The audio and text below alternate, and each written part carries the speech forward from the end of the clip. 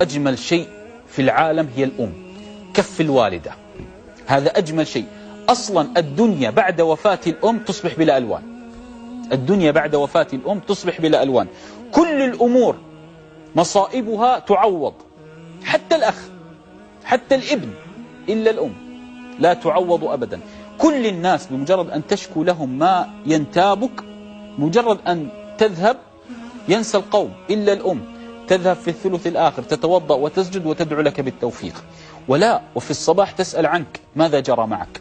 لا أحد في العالم يكترث بك كأمك، استحالة. لهذا إذا كانت أمك ما زالت حية فاغتنمها، فهي منجم من الحنان والعطف والبركة ومنجم دعاء.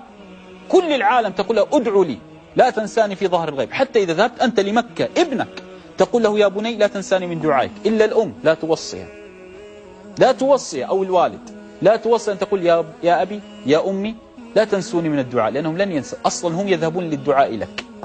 لهذا كل المصائب جلل وتهون إذا وقفت الوالدة أمامك.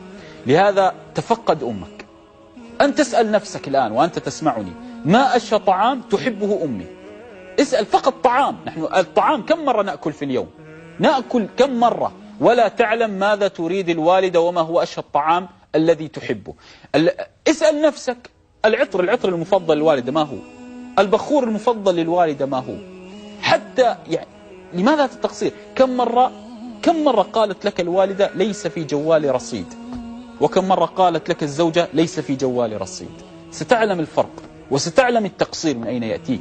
أنا لست ضد زوجة أو ابن، لكن أنا ضد التفريط في الأم لأن مفتاح كل سعادة تنتابك. لهذا لا تفرطوا فيها، اجعلوا الأم هي الهدف الأسمى لرضائها.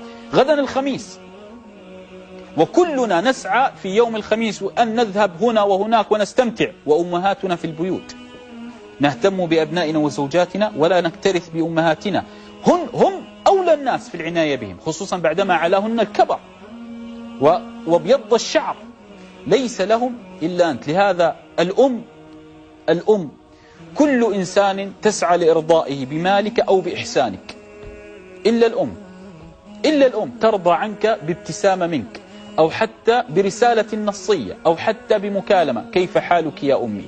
تراها في الدنيا وبأسرها وبما تحتوي الدنيا. لهذا لا تفرطوا في أمهاتكم.